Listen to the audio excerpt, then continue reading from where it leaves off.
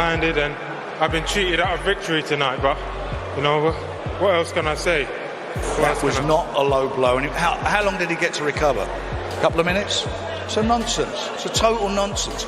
Daniel Dubois has now lost to Oleksandr Usyk twice, yet he's still clinging to the narrative that the first fight was a robbery. At this point, it's not confidence that's driving him, it's desperation. Instead of coming to terms with the fact that he was clearly outboxed, Dubois continues to make wild accusations aimed at masking I feel like they robbed me out of that. Yeah, you feel like you're robbed from a victory? Yeah. the sting of humiliation. It's as though he can't handle the simple truth. Usyk beat him fair and square. Rather than showing growth or humility, Dubois is doubling down on denial mode, standing in front of the same man who's defeated him twice and still shouting about revenge and robbery. I want my revenge. I want my revenge, Usyk. Well done on tonight. Well done on tonight. God bless. I want my revenge for the robbery. The entire act is beginning to look almost laughable. After 2 defeats, Dubois should be focusing on self-improvement, but instead he's throwing around baseless claims that make him appear even more rattled and defeated. Usyk, on the other hand, isn't entertaining the nonsense. He's been cool, composed, and devastatingly dismissive of the accusations. I don't know. It's not my problem. Referee. When asked about Dubois' robbery claims, his sharp one-line response said it all. You not win. No excuses, no theatrics, just cold, hard facts. The referee made the call in that first fight, and Usyk did his job as a champion. This calm confidence from Usyk only highlights how hollow Dubois' cries of foul really are. Experts in the sport have analyzed the incident. Felt like you land a shot on here, this is a good shot, it's a body shot. The referee didn't do that. Bottom part of the glove was on the actual shorts, on his scrotum area, really quite low, too low really. So it was a legitimate low blow. Had Usyk been told that's not a low blow, and the referee would have countless times, and the verdict has been the same. It was a clear low blow. Carl Froch, never one to mince words, broke it down technically and left zero room for debate. He made it plain that the controversial shot landed on the groin, not the body. No gray area, Froch said. And even if you try to argue otherwise, Froch reminded fans that had you trembling, the acting you did that night, you've heard of the Oscars, right? The Emmys. You should be given an Oscar for the performance. You conned the referee, you conned us, you conned the boxing world. Usyk would have beaten the count and continued fighting anyway. Those who continue to insist on a robbery are ignoring the actual rules of boxing. Dubois' trainer, Don Charles, went as far as calling Usyk's reaction a performance worthy of an Oscar, but that only reinforces the reality that Dubois' camp had no real answers for Usyk's masterclass. Accusing Usyk of conning the world doesn't change the fact that he systematically outboxed Dubois in both fights. When the skill gap is as wide as it was on those nights, all that's left for the losing side are excuses. Usyk's response to the allegations was cold, sharp, and laced with the type of finality that stings more than any punch. He didn't just beat Dubois, he outclassed him. And You're mentally strong, but you've met somebody who's stronger than you. You must teach your fighter punch clean, but I win this fight for right my hand, like a jab. He did it primarily with the simplest tool in boxing, the jab. Let that sink in. Usyk didn't need a devastating haymaker or a highlight reel knockdown. He controlled the ring, dictated the pace, and broke Dubois' rhythm with clean, crisp punches. That's the difference between elite-level boxing and hopeful brawling. What makes Usyk special is that his superiority isn't just physical, he's mentally untouchable. His message to Dubois and his team was crystal clear. Teach your fighter to box, not complain. And when a fighter as humble and calculated as Usyk speaks like this, it carries serious weight. He isn't interested in the drama, the narratives, or the finger pointing. He's only focused on results. And once again, the result was the same. Dubois beaten, outboxed, and left. Best friends? I love you, man. They're buddies? Like they were family friends? I mean, can you imagine Muhammad Ali or like Joe Frazier having dinner together? What? Can you imagine Mike Tyson and... Frustrated. Even respected voices in boxing like Peter Fury have been forced to admit the truth. Fury, who has trained fighters for some of the toughest heavyweight wars, knows the level of opposition Dubois is facing. He said plainly that no matter how much Dubois is improved, beating Usyk is another level entirely. Yes, Dubois developed his skills, and yes, he's got serious knockout power, but power means nothing if you can't land clean punches. And against someone with Usyk's slick, unpredictable footwork, that's a nightmare. Fury's words hit the nail on the head. You've got to get there. Time and time again, Dubois simply couldn't. Usyk's movement, his angles, his timing, they neutralized everything Dubois tried to throw at him. I think so. I think I've shown that in my last 3 fights that I'm totally different. I'm more confident, believe myself more and whatever. But yeah, ready.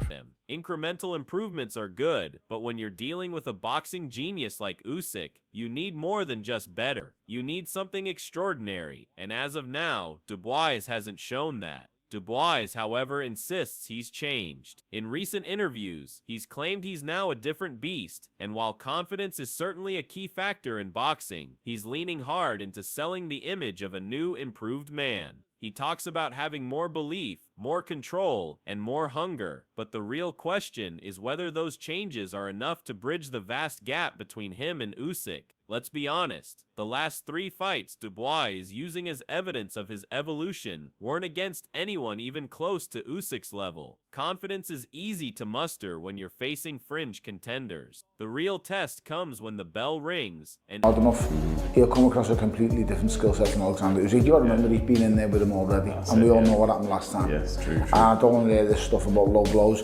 It's called a protector for a reason. If you hit a protector, guess what? Usyk is once again standing across the ring. That's when the feints begin. When Usyk spins out of range and peppers you with counters from angles you never saw coming, that's when belief is truly tested. Credit to Dubois for talking the talk, but he's done that before. What he hasn't done is walk through Usyk's fire and come out on top. Until that happens, words like ready and different are just noise. And it's not just Usyk who's dismissed the robbery narrative. Tony Bellew, a former world champion who's no stranger to the hurt game, completely shut down the low blow argument with zero hesitation. He echoed what real boxing fans have been saying all along: stop blaming the protector. Bellew made it clear that the shot Dubois landed wasn't clean, wasn't borderline. Got 1 foot out already. He's Usyk talking like that. He's got 1 foot out already. If he's talking like that, that means, as far as I'm concerned, I sense his appetite is slipping away. He's very professional, gets the job done, knows what he has to do in the ring and in training. But to me, he's now 1 foot out. And wasn't up for debate. It was low, plain and simple. Hitting the belt line isn't strategy, it's desperation. Bellew said, and if you touch the protector, it's low. Simple as that. Usyk has never been a dirty fighter, Bellew reminded fans. He wins with skill, not shortcuts. Bellew's tone carried the same frustration that many serious boxing observers feel. Enough with the excuses. Enough with the conspiracy theories. If you want to beat someone like Usyk, you need more than power. You need brains, stamina, and world-class skill. So far, Dubois hasn't checked those boxes. While Usyk's calm demeanor has been interpreted by some as supreme confidence, Johnny Nelson offered a different take. He suggested that Usyk's focus might be fading. But let's be real, when has Usyk ever shown signs of checking out? The man trains like a soldier, studies like a scientist, and fights like a general. Calm doesn't equal I say, if he was fighting anybody else other than Oleksandr Usyk, I would pick him to win.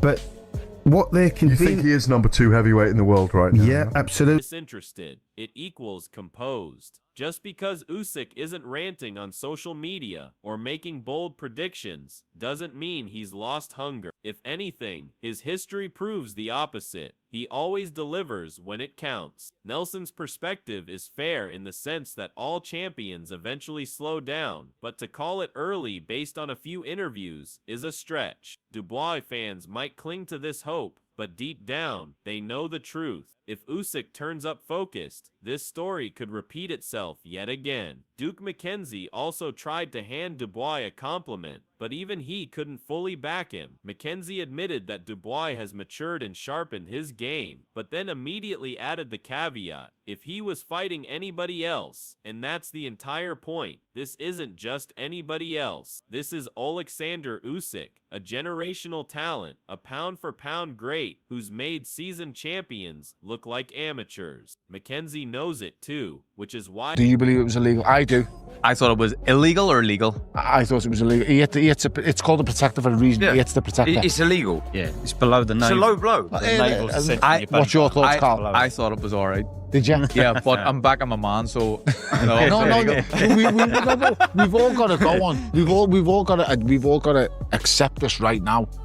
Was it good for you? It wasn't good, wasn't it? He stopped short of outright predicting a Dubois victory. He gave Dubois credit for his progress, but followed it with the reality check. Not against Usyk, and that's what separates hype from reality. Dubois might have a better jab now, might be more patient, might be less reckless, but none of that matters when you're sharing a ring with someone who fights like a grandmaster. Usyk isn't just better technically, he's mentally stronger, more battle-tested, and tactically miles ahead. Dubois may have the tools to beat many fighters, but Usyk isn't one of them. Bellew doubled down again in recent commentary, and once more, he left no room for debate. The shot Dubois landed was not clean, not borderline, not debatable. It was low. The end, Bellew said. His frustration reflects that of the wider boxing community. This isn't a street fight where the lines get blurred. At the elite level, rules matter, and referees don't guess. If a shot hits the protector, it's ruled low. Bellew also reminded everyone of the obvious. It wasn't even a good... He's a beast. He's a good fighter. He's a hard fighter to beat. And I think he'll learn from the mistakes he made in the first fight against Usyk, and it will give him a hard fight.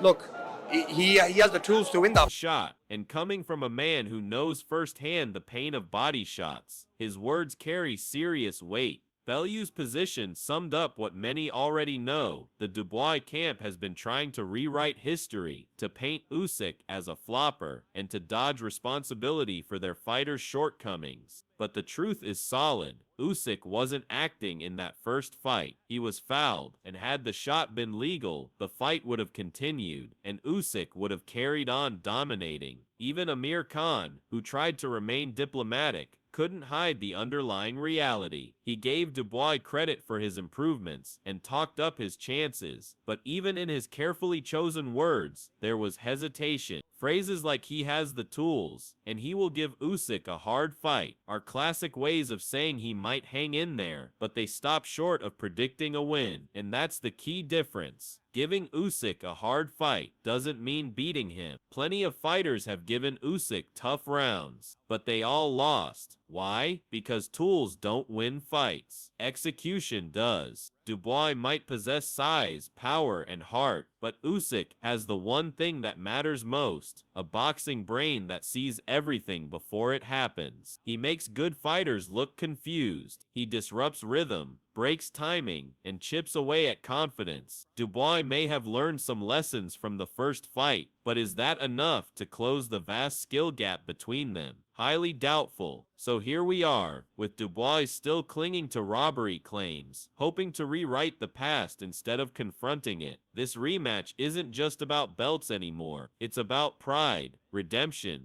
and legacy. Dubois insists he's a new man. More composed, more confident, more dangerous. But how much of that talk will hold up when he's staring down the same puzzle that outfoxed him twice before? On the other side stands Usyk, focused, unbothered, and driven. If he wins again, he'll bury the Dubois chapter once and for all, proving he's in a league of his own. But if Dubois somehow pulls off the upset, the boxing world will be forced to eat its words. Oh, that's what makes this fight so compelling. It's not just skill versus power. It's experience versus desperation. Who cracks first? Who steps into the ring with fire in their eyes and ice in their veins? This isn't just another heavyweight clash. This is a mental war with history at stake. Usyk's calm confidence suggests he's already visualized the outcome. Dubois, meanwhile, is still looking backwards, but come fight night, there will be nowhere to hide, no referee to blame, just two men in a ring and the truth waiting inside the ropes. So tell us, are you backing the masterful Usyk to settle this once and for all, or does Dubois finally silence the doubters and shock the world? Drop your thoughts in the comments below.